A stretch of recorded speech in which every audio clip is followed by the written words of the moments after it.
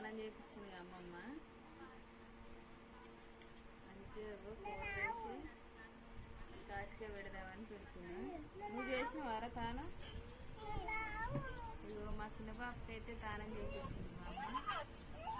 Powder వేసి కాటికే పెడుతుంది. అట్నే నిద్రపోద్ది అనమాట. టైం అయితే 10:30 అవుతుంది.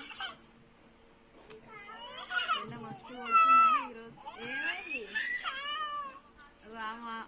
పెద్దమ్మలు వేసుకున్న బట్టలు కావాలని చిన్నమ్మలు ఏడుస్తుంది. వేసుకున్న బట్టలు ఎట్లిస్తుంది? నువ్వు కూడా తానం చేయకు. అమ్మమ్మ తానం చేయకు. ఎండ బాగా కొడుతుందని ఈరోజు అయితే తొందరగా తానం చేపిస్తుంది.